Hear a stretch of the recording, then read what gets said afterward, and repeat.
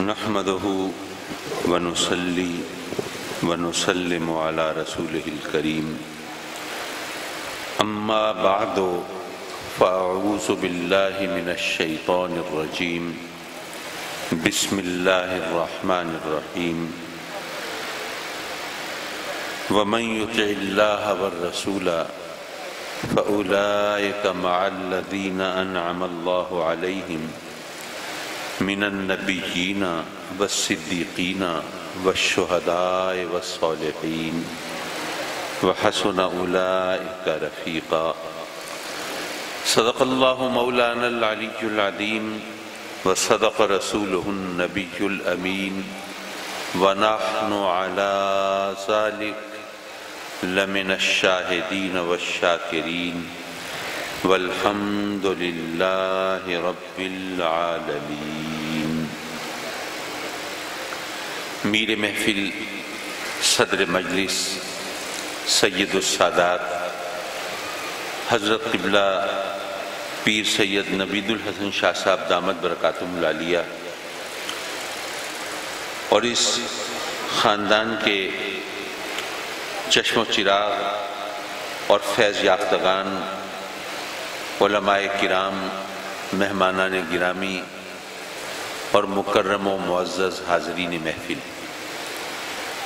یقیناً میرے لیے سعادتوں کی معراج ہے اور خوش بختی کی علامت ہے کہ مجھے اس مقدس اور بابرکت محفل میں حاضری کا موقع میسر آ رہا ہے جو حضرت قبلہ پیر سید مظہر قیوم مشہدی علیہ رحمہ کے عرس مبارک کے حوالے سے انعقاد پذیر ہے، اور مجھے یہ شرف حاصل ہے کہ مجھے حضرت کی زیارت نصیب ہوئی۔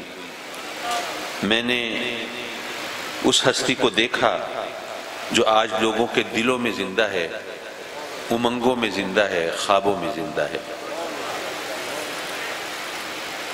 حضرات مکرم، مجھے کوئی لمبی چوڑی تقریر نہیں کرنی، اور ویسے بھی جب گرمی کا موسم ہو، دوپہر کا وقت ہو اور کپڑے کی چھت کے نیچے لوگ بیٹھے ہوں تو زیادہ لمبی بات کرنا حکمت اور مصلحت کے خلاف ہے۔ بہت مختصر وقت میں چند گزارشات۔ میں حضرت کی شخصیت پر کلام کروں تو شاید کہیں ٹھوکر کھاؤں، کیونکہ میں نے ان کی زیارت تو کی ہے، ان سے گفتگو کا شرف تو ملا ہے، لیکن ان کی زندگی، ان کی حیات مبارکہ، ان کے شب و روز کی کیفیت سے میں اس طرح واقف نہیں جس طرح آپ خود واقف ہیں۔ تو اللہ والوں کی شان کے حوالے سے میں نے جو آیہ کریمہ آپ کے سامنے تلاوت کی، اس کے پس منظر میں وَمَن يُطِعِ اللَّهَ وَالرَّسُولَ، جس نے اللہ اور اس کے رسول کی طاعت کی، فَأُولَئِكَ مَعَ الَّذِينَ أَنْعَمَ اللَّهُ عَلَيْهِمْ، وہ ان کے ساتھ ہوں گے جن پر اللہ کا انعام ہوا۔ پتہ یہ چلا کہ یہاں دو جماعتوں کا ذکر ہے، ایک وہ جنہوں نے اللہ رسول کی طاعت کی، اور ایک وہ جن کی رفاقت کا ان طاعت شیاروں کو خواب دکھایا جا رہا ہے اور خوشخبری سنائی جا رہی ہے۔ یعنی ایک ہے انعام یافتہ جن کی رفاقت میسر آئے گی، اور ایک وہ ہے جنہوں نے اللہ رسول کی طاعت کی۔ یہ دو علیحدہ جماعتوں کا ذکر ہے۔ وَمَن يُطِعِ اللَّهَ وَالرَّسُولَ، جس نے اللہ رسول کی طاعت کی، فَأُولَئِكَ مَعَ الَّذِينَ أَنْعَمَ اللَّهُ عَلَيْهِمْ، وہ ان کے ساتھ ہوں گے جن پر اللہ کا انعام ہوا۔ میں نے جب یہ آیہ کریمہ پڑھی خلش کا شکار ہوا کہ مولا تیری طاعت کریں، تیرے رسول کی طاعت کریں، صلہ کیا ملے کہ تیرے انعام یافتہ بندوں کی رفاقت ملے، ہم نشینی ملے، صحبت ملے، پر مولا ہمارے لیے اصل مقصود و مدعا تو یہ ہوتا کہ ہم خود انعام یافتہ بندے، لیکن ہمیں انعام نہیں ملے گا، صرف انعام یافتہ بندوں کی رفاقت ملے گی، اور اس کے لیے ہمیں کیا کرنا پڑے گا؟ ہمیں مولا تیرے محبوب کی طاعت کرنا ہوگی۔ تو یہ بات ایک خلش کا سبب بنی کہ مولا تیری بھی طاعت کرے، تیرے رسول کی طاعت کرے، اور صلے میں تیرے انعام یافتہ بندوں کی صرف رفاقت ملے، ہم نشینی ملے، صحبت ملے، ساتھ ملے، خود انعام یافتہ بندوں میں ہمارا شمار نہ ہو۔ حضرات مکرم، بات دراصل یہ ہے کہ اللہ اور اس کے رسول کی طاعت تو ہم پر واجب ہے، لازم ہے، وہ تو ہمیں لازماً کرنی ہے۔ مثال نہیں دیتا، صرف بات سمجھا رہا ہوں۔ آپ نے ایک باورچی رکھا ملازم، اس سے تنخواہ آپ نے اجرت طے کر لی، اب وہ آ رہا ہے، کھانا پکاتا ہے اور اپنی ڈیوٹی انجام دیتا ہے، چلا جاتا ہے، آپ اسے اس کی تنخواہ دے رہے ہیں، اجرت دے رہے ہیں۔ لیکن اگر آپ یہ چاہتے ہیں کہ اگر وہ باورچی ذرا کچھ ایکسٹرا کام بھی کرتا ہے، برتن بھی دھو دیتا ہے، کچن کی صفائی بھی کر لیتا ہے، آئے گئے مہمانوں کی وقت نا وقت خدمت گزاری بھی کر لیتا ہے، تو آپ کہتے ہیں کہ بھئی یہ باورچی بڑا اچھا آدمی ہے، ناک بھو نہیں چڑھاتا، ادھر ادھر کی بات نہیں کرتا، شکایت نہیں کرتا، جو کام کہتے ہیں کر دیتا ہے اور وقت پر کام آ جاتا ہے، تو اس کو کچھ انعام بھی دینا چاہیے۔ پتہ یہ چلا کہ اگر آدمی اپنی ڈیوٹی تک رہے، جو اس پر فرض ہے، جو اس پر لازم ہے، اس تک رہے تو اسے اجرت ملے گی۔ انعام تب ملے گا جب وہ اس سے بڑھ کر کچھ اور کرے گا۔ تو اللہ رسول کی طاعت تو ہم پر لازم ہے، اللہ رسول کی طاعت کریں گے تو اللہ نے جو ہمارے لیے اجر رکھا ہے وہ ضرور ملے گا، لیکن انعام اگر ہم چاہتے ہیں تو اس کے لیے ذرا کچھ آگے بڑھنا پڑے گا۔ اب آدمی سوچتا ہے آگے کیا بڑھیں، اللہ رسول کی طاعت تو کر رہے ہیں، اور کیا کریں؟ تو میں عرض کروں گا کہ اس کے لیے اگر ذرا تھوڑا سا یہ غور کر لیں کہ اللہ کے انعام یافتہ بندے ہیں کون، ان میں ہم کس طرح شامل ہو سکتے ہیں۔ من النبیین، وہ نبی ہیں۔ اب ہم ایڑی چوٹی کا زور لگا لیں، نبی تو بن نہیں سکتے، ان کو تو ذرا علیحدہ رکھ دیجئے۔ والصدیقین والشہداء والصالحین، اور صدیق، شہید اور صالح۔ اچھا ویسے تو علماء، اچھا یہاں میں ایک بات کہتا چلوں، اللہ کے فضل و کرم سے ہم اس آستانے پر حاضر ہیں جن کا تعلق علم سے جڑا ہوا ہے، اور یہ بات جو میں کہہ رہا ہوں اس کو ذرا گرہ باندھ لیجئے، وہ یہ کہ کچھ عرصے میں آپ دیکھیں گے صرف وہ آستانے باقی رہیں گے جن کا رشتہ علم سے جڑا ہوا ہے، باقی گدیاں وہ ان کے ہاتھ پاؤں چومنے والے، ان سے عقیدت و محبت کے رشتے جوڑنے والے، ان کے نام کے نعرے لگوانے والے، وہ آہستہ آہستہ اگر وہاں پر علم کی روشنی نہیں ہوگی تو وہ سب صاف ہو جائیں گے، صرف وہی آستانے باقی رہیں گے جو لوگوں کی صحیح طور پر رہنمائی کر سکتے ہیں، اور علم کی دنیا کے اندر وہ ان کا کوئی مقام ہوگا، وہی آستانے باقی رہیں گے۔ تو حضرات مکرم، میں یہ عرض کر رہا تھا کہ اللہ کے فضل و کرم سے اہل علم کی محفل ہے، اور خود صاحب صدر محفل وہ اللہ کے فضل و کرم سے استاذ الاساتذہ ہیں، شیخ الحدیث و تفسیر ہیں، ان کی موجودگی میں کلام کرنے کی جسارت کر رہا ہوں۔ صدیق، شہید اور صالح، بے شک ان کے مراتب میں فرق ہے، اور علماء نے اس کو بڑی تفصیل سے بیان بھی کیا ہے، لیکن اگر اس فرق کے حوالے سے میں نے یہاں بات کرنا شروع کی تو معاف کیجئے، مجھے شاید بہت سے دوستوں سے ندامت ہو، جیسے شاعر نے کہا تھا کہ میری تھوڑی سی سمجھ بھی اڑ گئی، میری تھوڑی سی سمجھ بھی اڑ گئی، مجھ کو اس کثرت سے سمجھایا گیا۔ اتنی باریکیوں میں جائیں تو کوئی بات پلے نہیں پڑے گی، تو اگر یہ علماء مجھے اجازت دیں تو صدیق، شہید اور صالح، ان تینوں کو میں لفظ ولی سے تعبیر کر سکتا ہوں۔ صدیق بھی ولی، شہید بھی ولی اور صالح بھی ولی۔ اب نبی تو نہیں بن سکتے، ولی کیسے بن سکتے ہیں؟ ولی کسے کہتے ہیں؟ ولی کہتے ہیں محبوب کو، مقرب کو، دوست کو۔ تو ہم اللہ کا محبوب، اللہ کا مقرب، اللہ کا دوست کیسے بن سکتے ہیں؟ اس کے لیے قرآن مجید کی ایک آیت خود گواہی دے رہی ہے، قل ان کنتم تحبون اللہ فاتبعونی یحببکم اللہ۔ اللہ نے اعلان کیا، اپنے محبوب سے فرمایا کہ اے محبوب میرے بندوں کو بتا دے کہ اگر یہ تیری اتباع کریں گے تو میں ان کو اپنا محبوب بنا لوں گا۔ پتہ یہ چلا کہ آقا کریم صلی اللہ علیہ وسلم کی اتباع سے ہم اللہ کے محبوب بن سکتے ہیں۔ اب یہاں پر ذرا سوچئے، کھچڑی سی پک گئی، اللہ رسول کی طاعت کریں تو محبوب نہیں بن سکتے، صرف محبوبوں کی رفاقت ملے گی، اور آقا کریم کی اتباع کریں تو خود محبوب بن جائیں گے۔ اس کا مطلب یہ ہوا کہ طاعت اور اتباع میں کوئی فرق ہے؟ ہم تو سمجھتے تھے مترادفات میں سے ہے، ایک ہی بات ہے، طاعت کا لفظ بول دیا، اتباع کا لفظ بول دیا، کوئی فرق نہیں۔ لیکن یہاں آ کے پتہ چلتا ہے کہ نہیں، کوئی فرق ہے۔ حضرات مکرم، بات یہ ہے کہ طاعت کہتے ہیں، طاعت ہوتی ہے حکم کی، لیکن اتباع میں حکم شرط نہیں ہے۔ اللہ نے حکم دیا 5 وقت نماز پڑھو، ہم نے 5 وقت نماز پڑھی، طاعت کی نا اللہ کی۔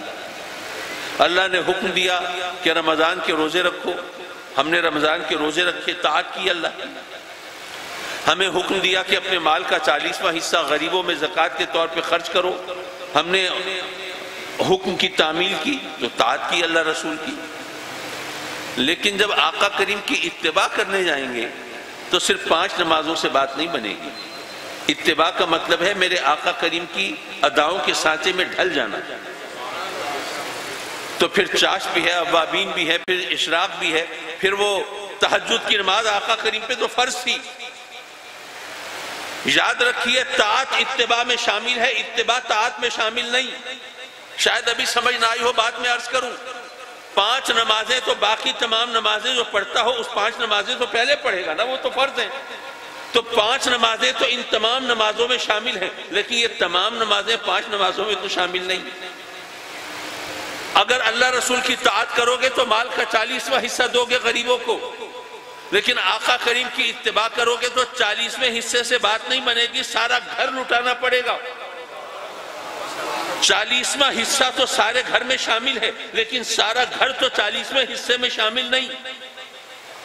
اگر اللہ رسول کی طاعت کرو گے تو رمضان کے روزے رکھو گے، لیکن آقا کریم کی اتباع کرنے چلو گے تو باقی نفلی روزے جو میرے آقا کریم رکھا کرتے تھے وہ بھی رکھنے ہوں گے۔ ان تمام روزوں میں رمضان کے روزے تو شامل ہیں، لیکن رمضان کے روزوں میں باقی سب روزے تو شامل نہیں۔ طاعت اتباع میں شامل ہے، اتباع طاعت میں شامل نہیں۔ اگر صرف طاعت تک رہو گے تو محبوبوں کی رفاقت ملے گی، اور اگر آقا کریم کی اتباع کرو گے تو خود محبوب بن جاؤ گے۔ اب یہاں یہ سوال پیدا ہوا کہ ٹھیک ہے جی، کسی طرح یہ بات بول کے تو پلا دی آپ نے کہ اللہ کا محبوب بننے کا یہ راستہ ہے، لیکن اصل مقصود و مدعا تو اللہ کا محبوب بننا یہ ہونا چاہیے۔ اگر میرے جو مثال دینے لگا ہوں، اگر کہیں خدا نہ خواستہ کسی کی دل شکنی کا یا انداز بیان میں گراوٹ کا کوئی تصور پیدا ہو تو اس کے لیے پہلے معذرت خواہ۔ بھئی دیکھیے نا، کوئی ماشاءاللہ ممبر آف پارلیمنٹ بنے، ایم این اے بنے، ایم پی اے بنے، یہ تو ایک بات سمجھ میں آتی ہے، اس کا مرتبہ بڑھتا ہے، منصب بڑھتا ہے، مقام بلند ہوتا ہے، لیکن صرف ان کی کوئی چمچہ گیری کرنے کی کوئی خواہش رکھے تو یہ تو کوئی اتنی بڑی بات نہیں ہے۔ بھئی اللہ رسول کا محبوب بننا یہ تو بہت بڑا مقام ہے، لیکن صرف ان کی رفاقت، ان کی ہمنشینی، ان کی صحبت، ان کا ساتھ، مولا یہ کیا اتنی بڑی چیز ہے جس کے لیے ہم تیری اور تیرے محبوب کی ساری زندگی طاعت کریں؟ ہمیں اگر حکم دینا تھا تو اتباع ہی کا حکم دیا ہوتا، پھر طاعت کا حکم کیوں دیا؟ دراصل بات یہ ہے، یہ اسلام کی خصوصیت ہے کہ اسلام میں ہر ایک کے حسب حال احکام ہیں۔ آپ جانتے ہیں عورتوں کے لیے احکام اور ہیں، مردوں کے لیے اور ہیں، مسافروں کے لیے اور ہے، مقیم حضرات کے لیے اور ہے، تندرست لوگوں کے لیے اور ہے، بیمار لوگوں کے لیے اور ہیں، عاقل اور بالغوں کے لیے احکام اور ہیں، اور نابالغوں کے اور کم عقل لوگوں کے لیے احکام اور ہیں۔ اسی طرح یاد رکھیے کہ عوام کے لیے احکام اور ہیں اور خواص کے لیے اور ہیں۔ عوام کے لیے احکام اور ہیں، خواص کے لیے اور ہیں۔ یہاں پر اگر میں ذرا تھوڑا سا پینترا بدل کے بات کروں تو ابھی تو میں طاعت اور اتباع کے حوالے سے بات کر رہا ہوں، لیکن یہ ذہن میں رکھیے کہ طاعت شریعت کی ہے اور اتباع طریقت کی ہے۔ یہ جو دو مشکل اصطلاحات بظاہر ہمارے لیے الجھن کا سبب بنتے ہیں، یہاں پہ حل ہو رہا ہے مسئلہ۔ عوام کے لیے شریعت کے احکام ہیں اور خواص کے لیے طریقت کے احکام ہیں۔ عوام کے لیے طاعت کے احکام ہیں، خواص کے لیے اتباع کے احکام ہیں۔ بھئی دیکھیے، وہ واقعہ شاید آپ نے سنا ہو، امام احمد بن حنبل اور امام شافعی تشریف لے جا رہے ہیں. کن ہستیوں کا ذکر کر رہا ہوں؟ وہ ائمہ اربعہ میں سے دو امام جن کی امت مسلمہ جن کی تقلید کرتی ہے، پیروی کرتی ہے. دونوں حضرات تشریف لے جا رہے ہیں، سامنے سے حضرت حبیب اجمی آ رہے ہیں. امام احمد بن حنبل امام شافعی سے کہتے ہیں حضرت یہ جو لوگ ہوتے ہیں نا اللہ والے، یہ بھی عجیب لوگ ہوتے ہیں، ان سے کوئی مسئلہ پوچھے تو بندہ الجھ جاتا ہے، پریشان ہو جاتا ہے. امام شافعی حیران ہو کے کہتے ہیں کہ آپ کہہ رہے ہیں کہ آپ جیسے لوگ بھی الجھ جاتے ہیں، جو امت مسلمہ کی رہنمائی کا فریضہ انجام دیتے ہیں، احادیث اور قرآن مجید سے استخراج و استنباط مسائل کے حوالے سے لوگوں کی رہنمائی کرتے ہیں، آپ بھی الجھ جاتے ہیں. امام احمد بن حنبل نے کہا حضرت آپ خود کوئی مسئلہ پوچھ کے دیکھ لیجئے، ابھی پتہ چل جائے گا. کہا اچھا ٹھیک ہے. اتنے میں حضرت حبیب اجمی قریب تشریف لے آئے. حضرت امام شافعی کہتے ہیں کہ حضرت ایک مسئلہ تو بتائیے. ہاں جی پوچھئے. جی ایک بندہ رات کو سونے کے لیے لیٹا تو دن بھر کا حساب کر رہا ہے، تو اس وقت اسے خیال آیا کہ میں نے 4 نمازیں تو پڑھی ہیں، 5ویں نہیں پڑھی. اب کوشش کر رہا ہے یاد کرنے کی کہ کون سی نماز نہیں پڑھی، لیکن اسے یہ یاد نہیں آ رہا، وقت کا تعین نہیں کر پا رہا. کسی ایک نماز پر اس کا یقین نہیں ٹھہر رہا کہ یہ نماز نہیں پڑھی. اب وہ کیا کرے؟ اب علماء ہیں اور ماشاءاللہ یہاں پر تو تخصص فی الفقہ کی بات ہو رہی ہے، تو فقہاء کہتے ہیں کہ جناب اگر ایسا مسئلہ ہو تو آدمی ظن غالب کی بنیاد پر، وہ جس پر اس کا زیادہ گمان ہو کہ غالباً یہ نماز نہیں پڑھی ہوگی، وہ نماز ادا کر لے. اگر وہ نہیں بھی ہوگی تو رب کائنات اپنے کرم سے قبول فرما لے گا. مسئلہ تو یوں بیان کرتی ہے فقہ. حضرت حبیب اجمی فرماتے ہیں کہ 5 نمازیں دوبارہ پڑھیں. امام شافعی کہتے ہیں حضرت آپ کمال کر رہے ہیں، 5 نمازیں دوبارہ پڑھے. 4 پڑھی ہیں اس نے، صرف 1 نہیں پڑھی، اور اس کے بھی صرف وقت کا مسئلہ ہے، ورنہ کوئی مشکل نہ ہوتی. آپ کہہ رہے ہیں 5 دوبارہ پڑھے. حضرت حبیب اجمی فرماتے ہیں کہ آپ کہہ رہے ہیں کہ اس نے 4 پڑھی ہیں، اور میں کہتا ہوں کہ یہ بھی یاد نہیں کون کون سی پڑھی ہیں، تو کیا خاک پڑھی ہیں؟ 5 دوبارہ پڑھی. اب آپ سوچئے کہ وہ لوگ جو 5 نمازیں ویسے نہیں پڑھ پاتے، اگر ان کو یہ مسئلہ بتایا جائے کہ اگر ایک وقت کے بارے میں ان کو شبہ ہوا پتہ نہیں کون سی نماز رہتی ہے، ان کو 5 دوبارہ پڑھنی پڑیں گی، کیا عمل کر سکیں گے وہ؟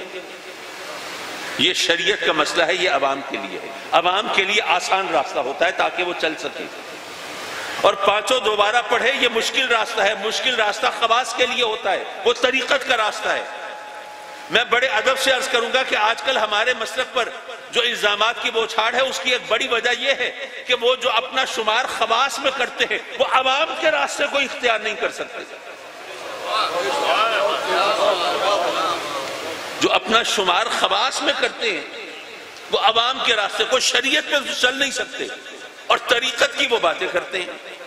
یہاں سے مسائل پیدا ہوتے ہیں. اب سوال یہ پیدا ہوا، ایک آخری سوال، کہ جناب چلیے ٹھیک ہے یہ بات تو سمجھ میں آ گئی، لیکن طریقت پر اور اتباع پر عمل کرنے کا تو ہمیں فائدہ سمجھ میں آ رہا تھا، ہم اللہ کے محبوب بن جاتے، لیکن صرف طاعت سے، صرف شریعت سے تو ہمیں اللہ کے صرف محبوبوں کی رفاقت ملے گی، تو اس کا کیا فائدہ ہے؟ تو پھر وہ مشہور حدیث ذہن میں لائیے کہ رب کائنات حکم دیتا ہے فرشتوں کے جاؤ فرشتوں دنیا میں اور اہل ذکر کو تلاش کرو. اللہ کے حکم پر فرشتے آتے ہیں دنیا میں، اور جب وہ کسی ایسی محفل سے گزرتے ہیں جہاں اللہ کا ذکر ہوتا ہے، اس کی تسبیح و تحلیل ہو رہی ہے، اس سے لوگ لو لگا رہے ہیں، تو باقی فرشتوں کو آواز دیتے ہیں ہلموا الی حاجتکم، ہلموا الی حاجتکم، ارے تمہارا گوہر مراد مقصود و مدعا تو یہاں ہے، چلے آؤ. باقی فرشتے اس کی پکار پر، آواز پر لبیک کہتے ہیں اور جمع ہو جاتے ہیں، اور اس محفل کو آسمان دنیا تک اپنے پروں سے ڈھانپ لیتے ہیں، اور پھر رب کی بارگاہ میں حاضر ہوتے ہیں. اور رب کائنات جو اپنے بندوں کے حال کو سب سے بہتر جانتا ہے، پھر بھی پوچھتا ہے ہاں بھئی میرے بندے کیا کر رہے ہیں؟ فرشتے عرض کرتے ہیں مولا تیری کبریائی بیان کرتے ہیں، تیری تسبیح کرتے ہیں، مولا تیری شان، تیری عظمت اور تیرے تقدس کا ذکر کرتے ہیں. اللہ فرماتا ہے کیا دیکھا ہے انہوں نے مجھ کو؟ فرشتے عرض کرتے ہیں نہیں مولا تیری قسم انہوں نے تجھ کو دیکھا تو نہیں. اللہ پوچھتا ہے اگر وہ مجھ کو دیکھ لیتے تو کیا کرتے؟ فرشتے عرض کرتے ہیں مولا بغیر دیکھے اگر وہ تیری عظمت تیری کبریائی کا اس طرح ذکر کر رہے ہیں تو اگر دیکھ لیتے تو کس انداز سے اور کس طرح اور کس لگن سے وہ تیرا ذکر کرتے. اللہ پوچھتا ہے اچھا ان کی چاہت کیا ہے، طلب کیا ہے، مانگتے کیا ہیں؟ فرشتے عرض کرتے ہیں مولا جنت کے طلبگار ہیں. اللہ پوچھتا ہے کیا جنت دیکھی ہے؟ فرشتے عرض کرتے ہیں نہیں مولا تیری قسم انہوں نے جنت دیکھی تو نہیں. اللہ پوچھتا ہے اگر جنت دیکھ لیتے تو کیا کرتے؟ فرشتے عرض کرتے ہیں مولا اگر ان دیکھی جنت کی اس شدت سے طلبگار ہیں اور اس طرح تیری بارگاہ میں عرض گزار ہیں تو مولا اگر کبھی دیکھ لیتے تو ان کی طلب کی شدت کا عالم کیا ہوتا؟ اللہ فرماتا ہے اچھا وہ کس چیز سے پناہ مانگتے ہیں، بچنا کس چیز سے چاہتے ہیں؟ فرشتے عرض کرتے ہیں مولا وہ نار سے، جہنم سے، تیرے عذاب سے پناہ مانگتے ہیں. رب کائنات پوچھتا ہے کیا دیکھا ہے جہنم کو انہوں نے؟ فرشتے عرض کرتے ہیں نہیں مولا جہنم دیکھی تو نہیں. اللہ پوچھتا ہے اگر دیکھ لیتے تو کیا کرتے؟ فرشتے عرض کرتے ہیں مولا ابھی تو دیکھی نہیں تو اتنے خوف زدہ ہیں، اتنے ڈرے ہوئے ہیں، تیری پناہ کے اس طرح طلبگار ہیں. اگر کبھی دیکھ لیتے تو عوامی زبان میں کہوں کہ پھر کتنے جرکے ہوئے ہوتے، کتنے خوف زدہ، کتنے دہشت زدہ ہوتے. رب کائنات فرماتا ہے کہ فَأُشْهِدُكُمْ أَنِّي قَدْ غَفَرْتُ لَهُمْ کہ اے فرشتوں میں خالق کائنات تمہیں گواہ کر کے کہتا ہوں میں نے تمام اہل محفل کو بخش دیا. مولا سب کو بخش دیا. رب فیہم فلان عبد خطاء فإنما مر فجلس معهم مولا ان میں تو وہ فنا خطاکار گناہگار اور سیاہکار بندہ بھی جو مولا تیرے ذکر کی محفل میں شرکت کے ارادے سے آیا بھی نہیں تھا، اس کا کوئی ارادہ نہیں تھا محفل میں شرکت کا، وہ وہاں سے گزر رہا تھا، لوگوں کو دیکھا بیٹھے ہوئے ذکر کر رہے ہیں، مولا دیکھا دیکھی وہ بھی بیٹھ گیا. یوں کہیے وہ تو محض تماشائی تھا، تماشا دیکھنے بیٹھ گیا تھا، مولا اس کو بھی بخش دیا. رب کائنات فرماتا ہے وَلَهُ غَفَرْتُ میں نے اس کو بھی بخش دیا. ہم القوم لا یشقی بہم جلیسہم ارے یہ وہ قوم ہے جو ان کے ساتھ بیٹھ جائے وہ بھی محروم القسمت نہیں رہتا بلکہ اس کے صدقے میں وہ بھی جنت کا حقدار ہو جاتا ہے. تو ذرا غور کیجئے اب ان سے بہتر ساتھی کون ہوگا؟ وَحَسُنَ أُولَٰئِکَ رَفِیقًا کتنے اچھے ساتھی ہیں، محض ان کی صحبت میں بیٹھ جاؤ جہنم سے محفوظ ہو جاؤ، جنت کے حقدار بن جاؤ. حضرات مکرم میں صرف ایک بات اور ایک سوال کا جواب دے کے میں اس محفل سے رخصت چاہوں گا. عام طور پر ہم سنیوں پر اعتراض کرتے ہیں کہ سنی بھی عجیب لوگ ہیں. روز اخبار میں خبریں چھپتی ہیں جی جعلی پیروں نے یہ ہنگامہ کر دیا، یہ تباہی پھیر دی، کسی کی عزت لوٹ لی، کسی کا مال لوٹ لیا. یہ پھر بھی ان کو سمجھ نہیں آتی، عقل نہیں آتی، یہ پھر پیروں فقیروں کے پیچھے ہوتے ہیں، پھر آستانوں پہ پہنچے ہوئے ہوتے ہیں، ان کو کوئی ہوش ہی نہیں. اب ظاہر ہے کہ یہ سوال ایسا ہے کہ جس کا ایک عام آدمی جواب نہیں دے پاتا. اب یا تو وہ بس اپنے پیر خانے کی عزت عظمت شان مرتبہ مقام وہ بیان کرنا شروع کر دے، کوئی مانے نہ مانے اس کی مرضی، لیکن عمومی طور پر اس اعتراض کا جواب تو ہونا چاہیے. اچھا پہلی گزارش یہ ہے، یہ بزرگ حضرات تشریف فرمائے ہیں، ان کو یاد ہوگا کہ ہمارے بچپن میں ٹھگوں کے بڑے لطیفے مشہور ہوتے تھے. آج کل آپ ذرا کتابیں اٹھائیں، میگزینز اٹھائیں، ڈائجسٹ اٹھائیں، لطیفوں کی کتابیں اٹھائیں، ان میں ٹھگوں کا کوئی ذکر نہیں، بلکہ جو ینگسٹرز ہیں، بچے ہیں، ان سے ٹھگوں کی بات کریں، ان کو ٹھگ کا مطلب ہی نہیں پتا ٹھگ کہتے کسے. تو کیا ٹھگ مر گئے ہیں؟ نہیں، موجود ہیں، بس فرق یہ ہے کہ انہوں نے اب جعلی پیر کہلانا شروع کر دیا ہے. بھئی پیر تو پیر ہوتا ہے، جعلی پیر کیا مطلب؟ یہ وہ ٹھگ ہے جنہوں نے لوگوں کو بیوقوف بنانے کے لیے بھیس بدلے ہوئے ہیں. لیکن یارو یہ اس سوال کا جواب نہیں. آپ کہہ سکتے ہیں جی آپ نے کہہ دیا وہ جعلی پیر ہی نہیں ہے، جان چھوٹی. نہیں، ہمیں سوال کا جواب دیجئے کہ جعلی پیروں کی خبریں آتی ہیں پھر بھی آپ پیروں کے پیچھے. میں عرض کروں گا کہ بے شک درست ہے جعلی پیروں کی خبریں آتی ہیں، لیکن کبھی جعلی کرنسی کی بھی تو خبریں آتی ہیں. اخبار میں چھپتا ہے جی جعلی نوٹ پکڑے جا رہے ہیں، جعلی نوٹ بازار میں بہت چل رہے ہیں، اور جعلی کرنسی چھاپنے کا کوئی پریس وہ پکڑا گیا ہے اور اس کے پھیلانے والے کارکن پکڑے گئے ہیں. ایسی خبریں آ جاتی ہیں اخبارات میں. کبھی کسی نے کہا ہے کسی سے کہ یار آج کل جعلی نوٹ بہت چل رہے ہیں تو نوٹوں کا لین دین بند کر دو؟ کبھی کہا کسی نے؟ نہیں. ہر ایک یہ کہتا ہے کہ یار ذرا خیال کرنا، آج کل جعلی نوٹ بہت چل رہے ہیں، کہیں کسی چکر میں نہ پڑ جانا، کسی گیڑے میں نہ آ جانا، ذرا آنکھیں کھلی رکھنا. میں عرض کرتا ہوں کہ جب جعلی کرنسی کی خبریں چھپتی ہیں تو یہ نہیں کہتے کہ جعلی کے نوٹ چلانا بند کر دو، نوٹ کا لین دین بند کر دو، یہ کہتے ہو آنکھیں کھلی کرو رکھو۔ تو جب جعلی پیروں کی خبریں آتی ہیں تو یہ کیوں کہتے ہو پیروں فقیروں کو چھوڑ دو، یہ کیوں نہیں کہتے کہ آنکھیں کھلی رکھو؟ اور ایک اور انداز سے شاید یہ بات زیادہ آسانی سے سمجھ میں آ جائے۔ آپ کو یاد ہوگا، بہت پرانی بات نہیں ہے، 13-14 سال پہلے کی بات ہے، جب پہلی بار 5000 کا note state bank of Pakistan نے ایشو کیا تھا۔ یہ پرویز مشرف کے دور کی بات ہے، آپ کی دیکھی ہوئی بات ہے۔ اس سے پہلے 5000 کا نوٹ نہیں ہوتا تھا، یاد ہے نا وہ وقت آپ کو؟ میں آپ سے پوچھتا ہوں کہ جب 5000 کا note state bank of Pakistan نے ایشو نہیں کیا تھا، اگر اس وقت کوئی 5000 کا جعلی نوٹ چلانے کی کوشش کرتا تو کیا چل جاتا؟ نہیں۔ پتہ یہ چلا کہ جعلی نوٹ تبھی چل سکتا ہے جب اصلی نوٹ چل رہا ہو۔ یارو، جعلی پیروں کا کام چلنا اس بات کی دلیل ہے کہ اصلی پیر موجود ہے۔ اگر وہ نہ ہوتے تو جعلی پیروں کا کام کس کے دھوکے میں چلتا؟ بس آنکھیں کھلی رکھنے کی ضرورت ہے اور اصلی لوگوں سے رشتے مضبوط کرنے کی حاجت ہے۔ وآخر دعوانا ان الحمدللہ رب العالمین۔